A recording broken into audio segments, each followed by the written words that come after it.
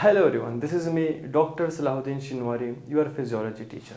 Okay guys, today we are going to start the next chapter in the endocrine physiology, which is about chapter 3 thyroid gland. आज हम एक नया gland पढ़ रहे हैं जिसका नाम है थायराइड ग्लैंड. ठीक है, अब देखिए थायराइड ग्लैंड डायग्राम से आप लोगों को पता चल गया होगा कि मैं कौन से ग्लैंड की बात कर रहा हूँ. ठीक है, thyroid gland.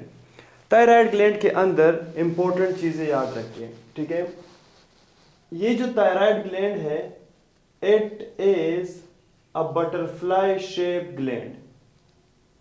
It is a butterfly shape gland. अगर आप इस डायग्राम में देखें तो ये जो ग्लैंड है is it look like a butterfly. So thyroid gland is a butterfly gland shape. ठीक है, बटरफ्लाई शेप ग्लैंड, सॉरी. दूसरा, it is present in the neck region. ये कहां पे प्रेजेंट है? नेक रीजन में प्रेजेंट होता है. अगर आप इधर देखें तो यहां पे मैंने लिखा हुआ है trachea. So trachea is present in the neck region. So thyroid gland is present in the neck region. अब नेक रीजन के अंदर कहां पे प्रेजेंट है?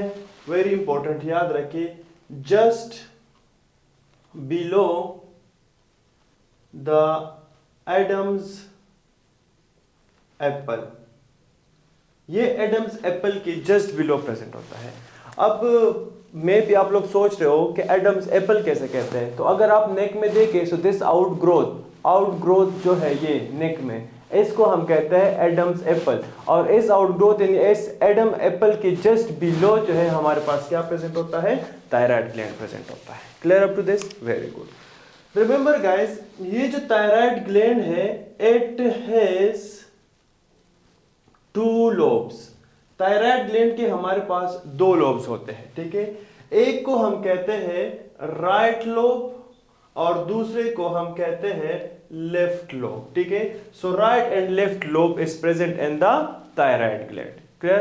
This was just a general information about the thyroid gland. ठीक है, now let's come toward the very specific, easy, little bit difficult and then go toward the difficult. ठीक है, तो हम एक सीरीज में जाएंगे. दूसरा, थायराइड ग्लैंड जो है, थायराइड ग्लैंड याद रखें इसके अंदर दो सेल्स होते हैं, दो किस्म के सेल होते हैं, टू टाइप्स ऑफ सेल. ठीक है, थायराइड ग्लैंड के अंदर दो किस्म के सेल होते हैं. एक को हम कहते हैं फॉलिकुलर सेल्स. Follicular sales. और दूसरे को हम कहते हैं the second cell is just near to the second type of cell is just near to follicular cell. That is why they are parafollicular. Parafollicular cells. ठीक है, पैरा का मतलब है नियर. सो थायराइड ग्लैंड के अंदर एक फॉलिकुलर सेल्स होते हैं और दूसरा फॉलिकुलर सेल के जस्ट करीब दूसरे सेल्स होते हैं जिसको हम पैराफॉलिकुलर सेल्स कहते हैं. ठीक है, अब जो फॉलिकुलर सेल्स है याद रखें, the cells produce T3 and T4 thyroid hormone. ये जो फॉलिकुलर सेल है ये थायराइड हार्मोन प्रोड्यूस करता है. कौन से? T3 and T4. ओके, जो पैराफॉलिकुलर सेल है it produce calcitonin. It produce what? Calcitonin. ये जो कैल्सिटोनिन है ये हमारे पास कैल्शियम की होम्योस्टेसिस में हेल्प करता है. ठीक है, कैल्सिटोनिन का काम क्या होता है? Calcium homeostasis. कैल्शियम होम्योस्टेसिस का मतलब क्या है? कैल्शियम की रेगुलेशन करता है बॉडी के अंदर. ठीक है, सो आज की क्लास में हम फॉलिकुलर सेल पढ़ेंगे, T3 T4 कैसे प्रोड्यूस होते हैं ये डिस्कस करेंगे. नेक्स्ट चैप्टर जो है हमारा पैराफॉलिकुलर सेल यानी कैल्सिटोनिन पे होगा और जो चैप्टर है उसमें हम डिस्कस करेंगे कि हाउ कैल्सिटोनिन हमारे पास कैल्शियम को क्या करता है? रेगुलेट करता है. ठीक है, ओके गाइस, फॉलिकुलर सेल्स की बात करते हैं. फॉलिकुलर सेल्स, देखिए फोकस इधर रखे, तो ये टॉपिक बहुत इजी रहेगा आपके लिए, ठीक है। Follicular cell again it produce what, it produce T3 and T4। ये क्या प्रोड्यूस करते हैं? T3 T4 प्रोड्यूस करते हैं, मेंशन अर्लियर। लेकिन याद रखिए कि इस T3 T4 को प्रोड्यूस करने के लिए, इस T3 T4 की प्रोडक्शन के लिए it required something, it requires something for T3 T4 production। T3 T4 production के लिए हमारे पास फॉलिकुलर सेल कुछ चीजें चाहता है, और उन चीजों में एक हमारे पास आता है an amino acid known as tyrosine, ठीक है। यानी T3 T4 की प्रोडक्शन के लिए हमारे पास एक अमाइनो एसिड रिक्वायर्ड होता है, एक जरूरत होती है एक अमाइनो एसिड की, जिसको हम क्या कहते हैं? टायरोसिन कहते हैं। और दूसरा हमें चाहिए होता है आयोडाइड, ठीक है। दूसरा हमें क्या चाहिए? आयोडाइड चाहिए। ये जो टायरोसिन है ये हमारे पास एक्चुअल में प्रोड्यूस होता है from thyroglobulin, glycoprotein, globulin, thyroglobulin से प्रोड्यूस होता है, ठीक है। थायरोग्लोबुलिन का शॉर्ट फॉर्म है TG, थायरोग्लोबुलिन। और ये जो आयोडाइड है it is taken from diet, ये हम डाइट से लेते हैं, ठीक है। लेकिन ये जो आयोडाइड है it will be always in reduce form, यानी नेगेटिव फॉर्म, आई नेगेटिव फॉर्म में होता है। Again I'm repeating, for the production of T3 T4 from the follicular cells, our follicular cell requires two agents which is tyrosine and iodide। अगर ये दो होंगे तो follicular cell T3 T4 produce करेगा, अगर ये नहीं होंगे तो वो प्रोड्यूस नहीं करेगा। Clear up to this? Very good। Now let's come toward कि जो हमारे पास ये follicular cells है ये किस तरह प्रोड्यूस करता है T3 एंड T4, यानी फॉलिकुलर सेल के अंदर T3 T4 कैसे सिंथेसाइज होता है, ठीक है।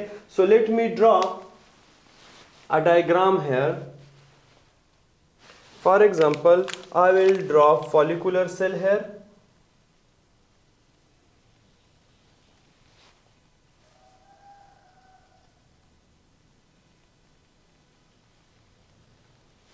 This is a follicular cell, ठीक है। ये फॉलिकुलर सेल जो है हमारे पास इस साइड पे कनेक्ट होता है with the blood vessel,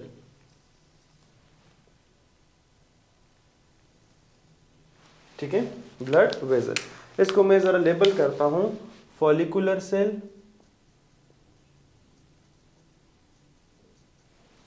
and blood vessel. Wait guys मैं चेक करता हूं कि ये फ्रेम में आता है या नहीं।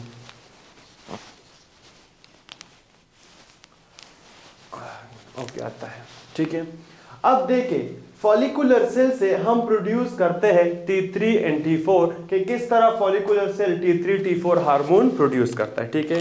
फर्स्टली हमारे पास जो आयोडाइड है, iodide it comes in the blood, ठीक है, फ्रॉम द डाइट।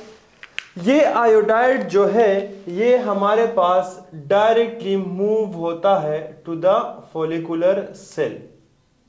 आयोडाइड आ गया फॉलिकुलर सेल में, ठीक है। अब जब भी आयोडाइड फॉलिकुलर सेल में आता है तो ये अपने साथ सोडियम को भी लाता है। किसको? सोडियम को। ये अपने पास सोडियम को भी लेके आता है। और याद रखें कि जिस ट्रांसपोर्टर के थ्रू, जिस सिम्पोर्ट के थ्रू ये दोनों अंदर जाते हैं फॉलिकुलर सेल में, उस सिम्पोर्ट को हम कहते हैं sodium iodide symport. This symport is known as sodium iodide symport। यानी इस ट्रांसपोर्टर का नाम क्या है?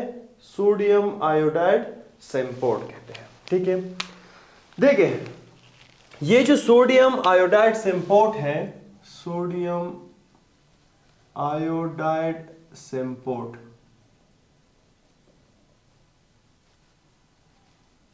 ठीक है, ये हमारे पास प्रेजेंट होता है, it is present in the basolateral region of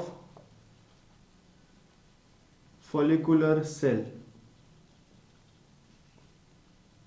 ठीक है, अब देखिए ये जो फॉलिकुलर सेल है इसका जो जोन सा एंड ब्लड वेजल के करीब है, ठीक है, उसको हम कहते हैं बेजोलेटरल रीजन, यानी this region is known as basolateral. और जो ब्लड वेजल के अपोजिट साइड है इसको हम कहते हैं एपिकल। सो फर्स्ट सेंटेंस जो मैंने लिखी है वो क्या है कि sodium iodide symport it is present in the basolateral region of the follicular cell. ठीक है, दूसरा, इट सिम्पोर्ट या it helps in the movement of sodium and iodide into follicular cell। ये follicular cell में क्या करता है, सोडियम आयोडाइड को मूव करता है, ठीक है, उसमें हेल्प करता है। दूसरा, it is the example of, ये चीजें सिम्पोर्ट के बारे में याद रखें, example of secondary active transport.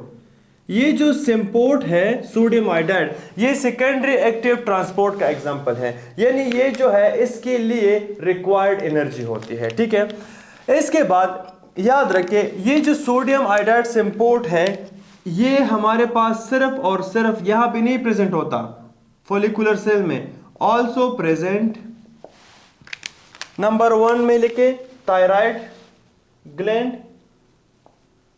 ये थायराइड ग्लैंड में प्रेजेंट होते हैं, थायराइड ग्लैंड में फॉलिकुलर सेल में। ठीक है, दूसरा ये हमारे पास प्रेजेंट होते हैं पैरोटिड ग्लैंड में, स्लाइवरी ग्लैंड जो है पैरोटिड ग्लैंड।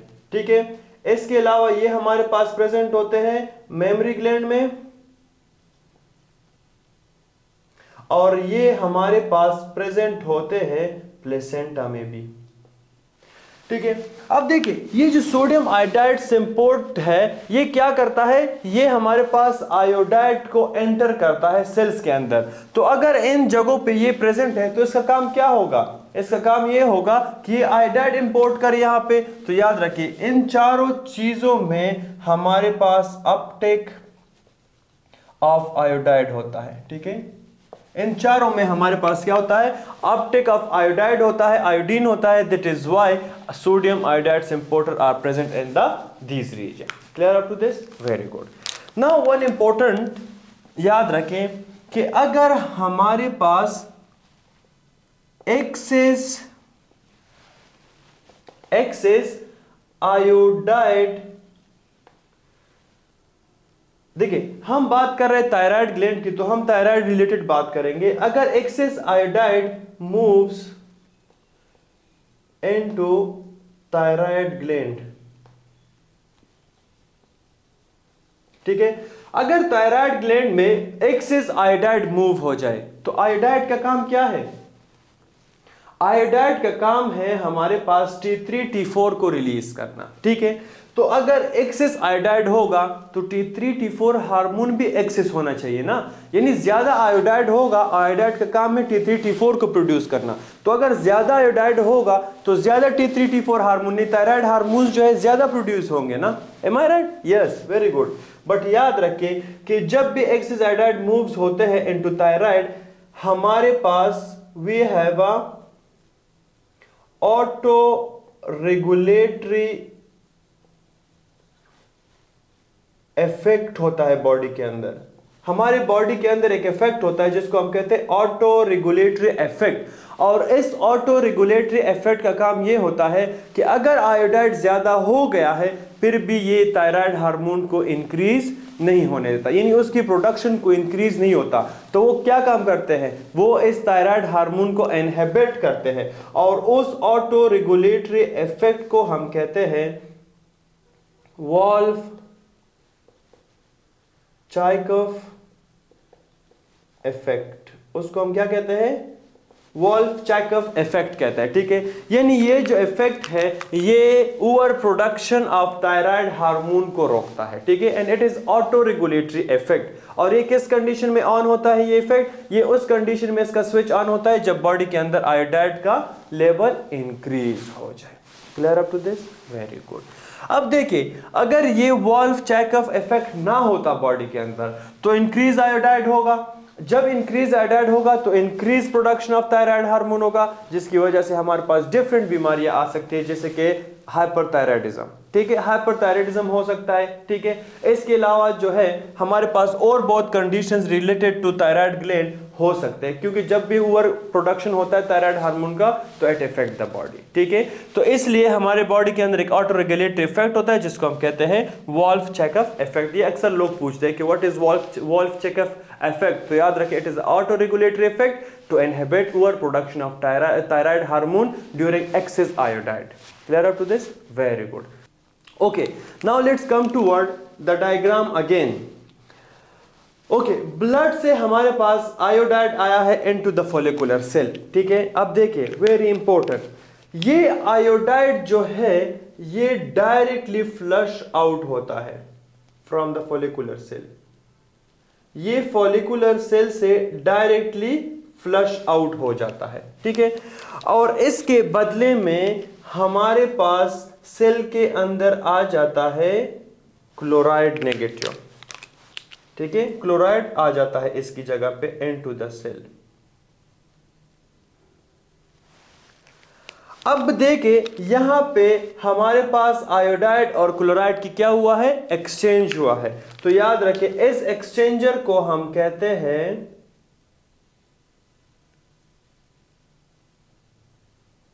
इस एक्सचेंजर को हम कहते हैं क्लोराइड आयोडाइड एंटीपोर्ट। इसको हम क्या कहते हैं, क्लोराइड आयोडाइड एंटीपोर्ट कहते हैं, ठीक है। अब देखिए, जो ये आयोडाइड बाहर फ्लश आउट हुआ है ये क्या होता है, इस आयोडाइड नेगेटिव को कन्वर्ट करते हैं आयोडाइड पॉजिटिव में, ठीक है। यानी ये रिड्यूस फॉर्म में था, रिड्यूस फॉर्म से ये क्या हो गया, ऑक्सीडाइज हो गया। और इसको ऑक्सीडाइज कौन करता है, इसको ऑक्सीडाइज करता है एक enzyme which is known as TPO, thyroid पर ऑक्सीडेज एंजाइम, ठीक है। थायराइड पर ऑक्सीडेज, ठीक है। थायराइड पर ऑक्सीडेज इस नेगेटिव आयोडाइड को कन्वर्ट करता है पॉजिटिव आयोडाइड में। अब क्वेश्चन ये प्रोड्यूस होता है कि सर ये आयोडाइड नेगेटिव फ्लश आउट क्यों होता है फ्रॉम द फॉलिकुलर सेल। सो याद रखिए इसको कन्वर्ट करना है हमने पॉजिटिव में, और पॉजिटिव के लिए रिक्वायर्ड है थायराइड पर ऑक्सीडेज एंजाइम। ये थायराइड पर ऑक्सीडेज एंजाइम जो है ये इनसाइड द सेल नहीं प्रेजेंट होते, ठीक है, ये प्रेजेंट होते हैं इन द सेल मेम्ब्रेन, ठीक है। इसलिए कि हम इसको एक्शन दिलाने के लिए हम आयोडाइड को बाहर भेजते हैं कि जाए भाई बाहर जाए, आप अपने आप को चेंज करें with the help of thyroid पर oxidase. Clear up to this, very good. Now what happens next, ये जो आयोडाइड है रिड्यूस आयोडाइड ये हमारे पास मिल जाता है विथ टायरोसिन, मिल जाता है विथ टायरोसिन, ठीक है। इस रिएक्शन को जिसमें आयोडाइड मिलता है विद द टायरोसिन इसको हम कहते हैं ऑर्गेनिफिकेशन ऑफ आयोडाइड। इसको हम क्या कहते हैं, ऑर्गेनिफिकेशन ऑफ आयोडाइड हो जाता है। ऑर्गेनिफिकेशन ऑफ आयोडाइड का मतलब क्या है कि ये आयोडाइड टायरोसिन के साथ मिल जाता है, ठीक है। अब याद रखिए जब भी ये ऑर्गेनिफिकेशन होता है इस ऑर्गेनिफिकेशन के अंदर हमारे पास डिफरेंट रिएक्शंस होते हैं and these reactions are known as coupling reactions, coupling reactions, ठीक है। जब भी आयोडाइड ऑक्सीडाइज हो जाए ये टायरोसिन के साथ मिल जाता है, जिसको हम कहते हैं आर्गेनिफिकेशन ऑफ आयोडाइड। ये आर्गेनिफिकेशन ऑफ आयोडाइड जब होता है इसके अंदर रिएक्शंस होते हैं जिसको हम कहते हैं coupling reaction. Clear up to this? अब देखिए ये जो कपलिंग रिएक्शन है, कपलिंग रिएक्शन, इसके अंदर हमारे पास एक प्रोडक्ट बनता है जिसको हम कहते हैं MIT। ठीक है, एक प्रोडक्ट बनता है जिसको हम कहते हैं MIT। MIT का मतलब है मोनो आयोडोटायरोसिन।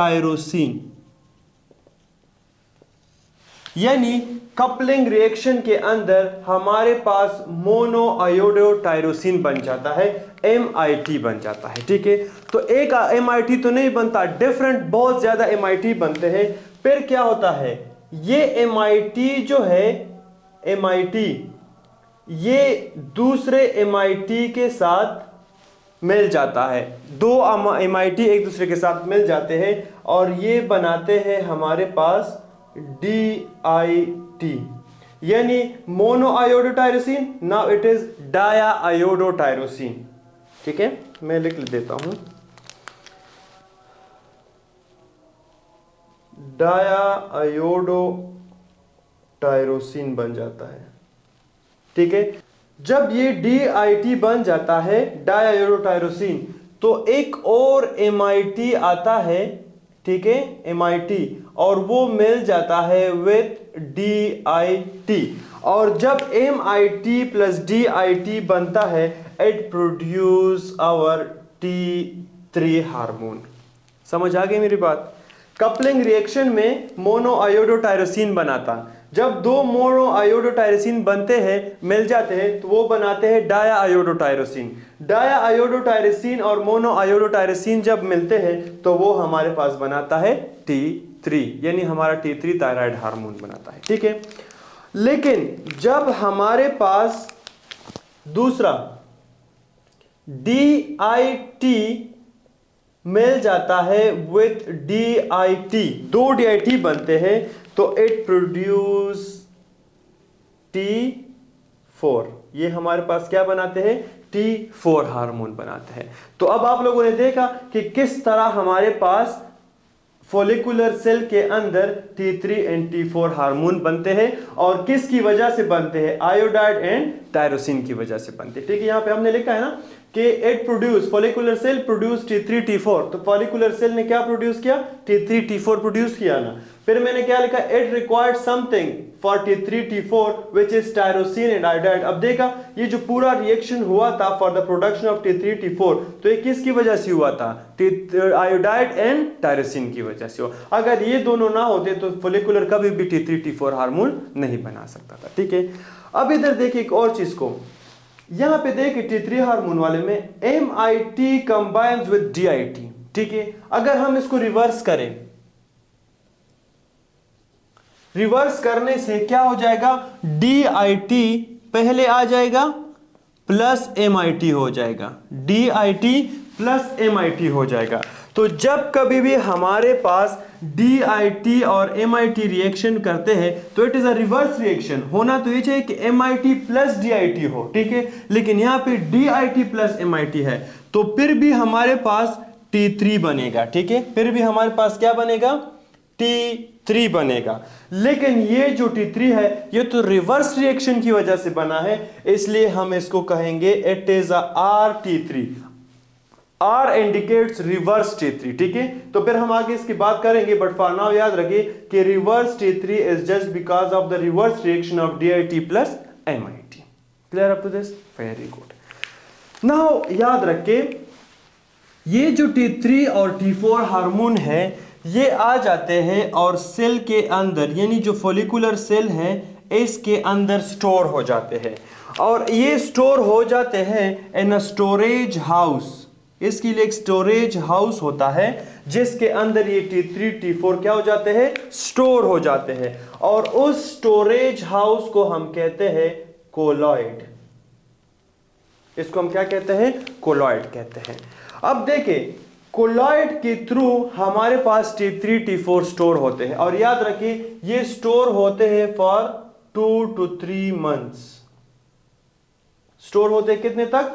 2 से 3 महीने तक ये इस कोलाइड के अंदर स्टोर पड़े हुए होते हैं। ठीक है, अब जब कभी भी हमारे बॉडी के अंदर क्या हो, T3 T4 की जरूरत हो, यानी थायराइड हार्मोन्स की जरूरत हो, तो हम क्या करते हैं, हम नया हार्मोन्स नहीं बनाते कि जब अगर फॉर एग्जांपल हमें थोड़े से थायराइड हार्मोन चाहिए और पूरा ये प्रोसेस हो जाए और हमें प्रोड्यूस हो जाए और ये आके जाके ब्लड में मिल जाए, नहीं, ये स्टोर फॉर्म में प्रेजेंट होते हैं ऑलरेडी। तो जब कभी भी हमें थायराइड हार्मोन की जरूरत होती है, हमारी बॉडी क्या करती है, वेरी सिंपल, वो इस कोलाइड को ब्रेक करते हैं, इस कोलाइड को क्या करते हैं, ब्रेक करते हैं। और जब ये कोलॉइड ब्रेक हो जाए तो इसकी वजह से हमारे पास क्या हो जाए, T3 एंड T4 रिलीज हो जाते हैं। और जब ये रिलीज हो जाते हैं, these move directly to the blood, ये डायरेक्टली कहां पे चले जाते हैं, ब्लड में चले जाते हैं। अब देखिए यहां पे जो T3 T4 हार्मोन रिलीज हुए by the breakdown of colloid inside the follicular cell,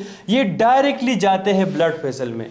क्या इसने कोई डक्ट इस्तेमाल किया है कि पहले किसी डक्ट में जाए फिर जाके ब्लड में शामिल हो जाए? नहीं, ये डायरेक्टली ब्लड में जाते हैं। तो इस वजह से thyroid gland is the example of what, it is the example of endocrine gland. क्योंकि मैंने कल आपको बताया था कि एंडोक्राइन ग्लैंड के अंदर हमारे पास डक्ट रिक्वायर्ड नहीं होता, इसलिए हम एंडोक्राइन ग्लैंड को डक्टलेस ग्लैंड भी कहते हैं। तो यहां देखिए T3 T4 डायरेक्टली ब्लड में शामिल हुए हैं, कोई डक्ट इस्तेमाल नहीं हुआ, तो it is the classical example of thyroid hormone. Clear up to this?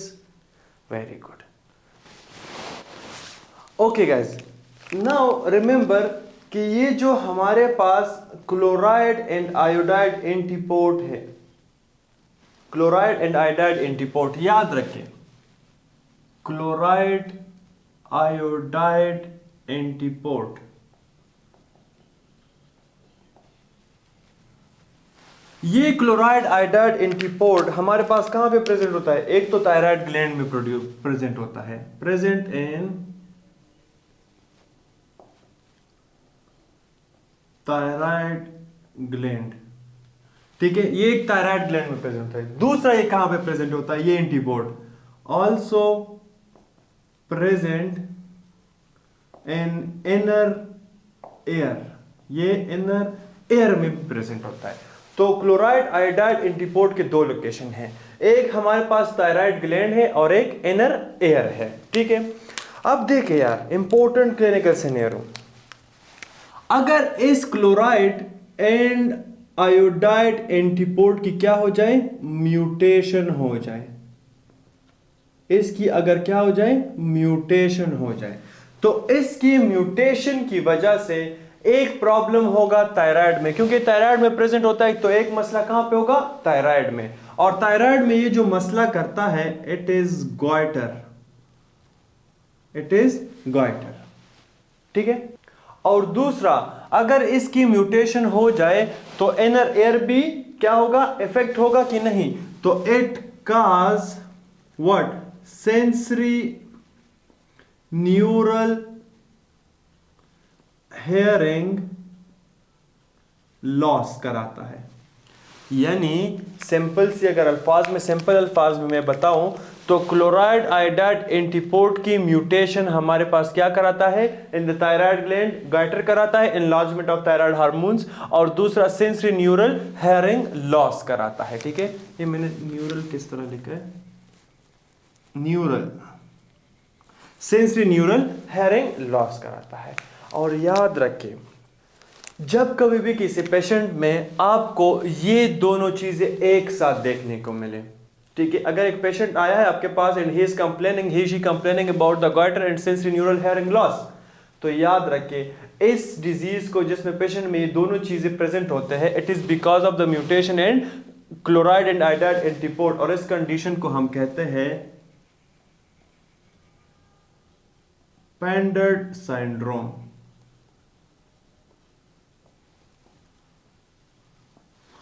इसको हम क्या कहते हैं, पेंडर्ड सिंड्रोम। तो अगर जब कभी भी कोई बंदा आपसे पूछे कि व्हाट इज पेंडर्ड सिंड्रोम, याद रखिए goiter plus sensory neural hearing loss because of the mutation in chloride and iodide antiport. ठीक है, याद रखिए ये क्लोराइड आयोडाइड एंटीपोड की म्यूटेशन की वजह से पेंडेट सिंड्रोम होता है, इसलिए क्लोराइड आयोडाइड एंटीपोड को also known as pendrin antiport, इसको हम पेंडेन एंटीपोड भी कहते हैं।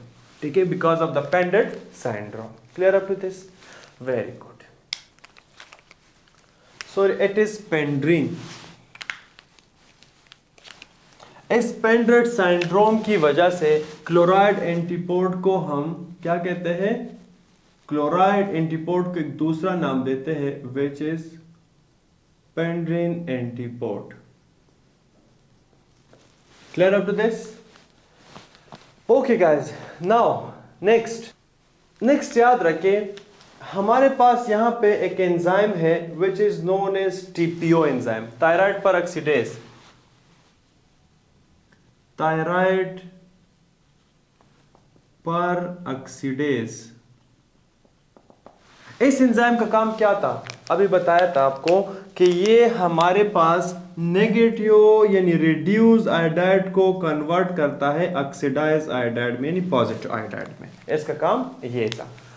अब अगर हम चाहते हैं कि इस अगर हम चाहते हैं कि हम इस थायराइड पर ऑक्सीडेज को ब्लॉक करें, ठीक है, तो हम क्या यूज करेंगे? Block agent for TPO use करेंगे। यानी हम ऐसे एजेंट यूज करेंगे जो इस टीपीओ को क्या करे? ब्लॉक करे। लेकिन हम टीपीओ को ब्लॉक क्यों करेंगे? The question is this.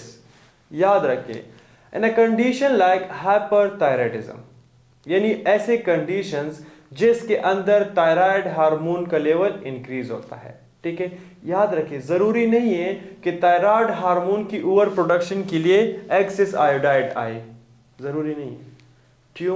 Certain tumours can increase production of thyroid hormone. ठीक है, तो अगर ऐसे कंडीशन में जहां पे हमारे पास थायराइड हार्मोन की ओवर प्रोडक्शन हो रही हो और हम चाहते हैं कि यार इस थायराइड हार्मोन की ओवर प्रोडक्शन को हम इनहिबिट करें, कम करें, तो हम क्या यूज करेंगे?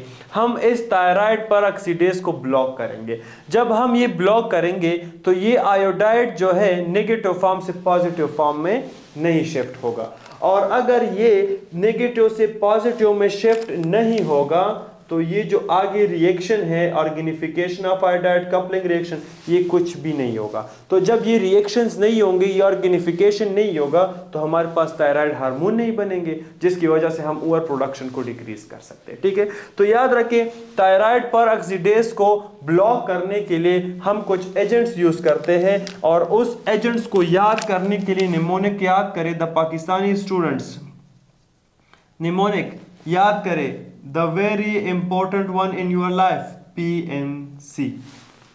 अभी तो पीएमडीसी है बट पहले पीएमसी था, और फ्यूचर में शायद फिर से पीएमसी आ जाए, क्या पता। PMC Pakistan medical commission, okay, PMC याद रखिए। ठीक, इस पीएमसी से हमारे पास आते हैं पी इज फॉर प्रोपाइल थायोयूरासिल, दूसरा एम से आता है मेथिमाजोल,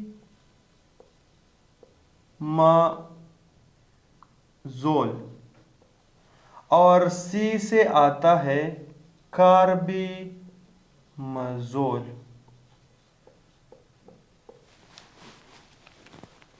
अब ये जो तीन ड्रग्स है, प्रोपीथायोयूरासिल, मीथामाजोल एंड कार्बिमजोल, ये तीन जो है ये हमारे पास क्या है? ब्लॉकिंग एजेंट है फॉर थायराइड पर ऑक्सीडेज, और ये हम यूज करते हैं these drugs in the over production of thyroid hormone conditions. Clear?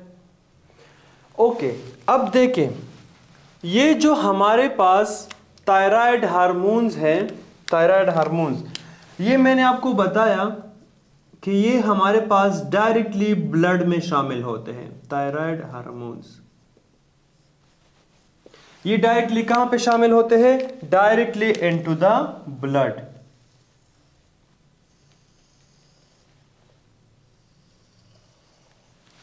Thyroid hormones T3, T4 moves directly to the blood. So यहाँ पे आ जाते हैं हमारे पास T3 and T4.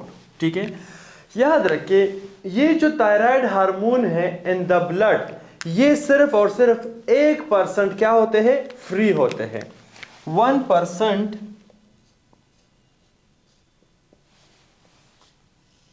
is in free form for all reactions. ठीक है, T3 hormones, T3, T4 hormones जब भी blood में आते हैं सिर्फ 1% जो है ये फ्री फॉर्म में होते हैं for the all reaction to do. और जो 99% है, 99% they are bound by protein, they are bound by proteins. 99% thyroid hormones protein इसको क्या करते हैं, बाउंड करते हैं. कौन से प्रोटीन इस 99% थायराइड को क्या करते हैं, बाउंड करते हैं. याद रखिए इनमें सबसे पहला जो आता है, सबसे पहला जो इसमें आता है इट इज एल्ब्यूमिन. ठीक है, एल्ब्यूमिन जो है ये पहला प्रोटीन है जो थायराइड हार्मोन को बाउंड करता है.